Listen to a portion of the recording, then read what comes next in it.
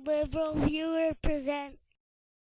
So Fox News in general, and Bill O'Reilly in particular, have been very supportive of the use of so-called enhanced interrogation techniques, including techniques like waterboarding, which the U.S. has prosecuted as torture in the past, and the release this week of a 2004 report from the CIA's Office of Inspector General showing the effectiveness of torture to be ambiguous at best didn't stop Fox News' Bill O'Reilly from dishonestly spinning that OIG report, as you can see in this clip. Even the old memos that he's going by, this is at the end of the memo, and you will not see this on any other news program. The memo that Holder is going by to appoint the special prosecutor says, quote, "The CIA's interrogation program was an absolute success in protecting Americans from another attack," and that includes waterboarding and all of that. Quote, "absolute success." The 2004 memo. That's what this is. That's what I'm quoting from. Of course, O'Reilly was not quoting from the 2004 OIG report as he claimed, because that report does not contain the phrase absolute success. That phrase comes from a 2003 interview of an anonymous senior CIA interrogation officer, which is kind of like asking a senior astrologer if astrology is successful, and the anonymous officer was also referring to the detention program as a whole, not specifically to those so-called enhanced interrogation techniques, and that's because if you read the actual OIG report, which you can find at aclu.org/OIG report, you'll see a much more ambiguous appraisal of the effectiveness of torture. In paragraph 211, for example, the Inspector General follows his statement about the benefits of detaining terrorists by saying that measuring the effectiveness of the enhanced interrogation techniques is a more subjective process and not without some concern. In paragraph 220, the report goes on to point out that, quote, "there is limited data on which to assess their individual effectiveness," unquote.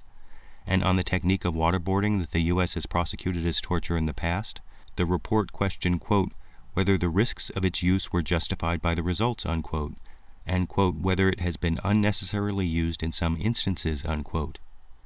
And the report ends its section on effectiveness by pointing out that, quote, "measuring the overall effectiveness of enhanced interrogation techniques is challenging for a number of reasons," unquote. So what the report says is very different from O'Reilly's claim that waterboarding and all that was an absolute success, and O'Reilly adds to this error by avoiding actual analysis, opting instead for the scare tactics, which also comically demonstrate O'Reilly's lack of self-awareness about his poor skills as an interviewer that you can see here. Mukasey, the former CIA guy, goes, "Hey, if you do this, Holder, no foreign country is going to cooperate with the United States in intel gathering because they don't want to be dragged into any scandal. So we're going to lose all intel's drying up around the world.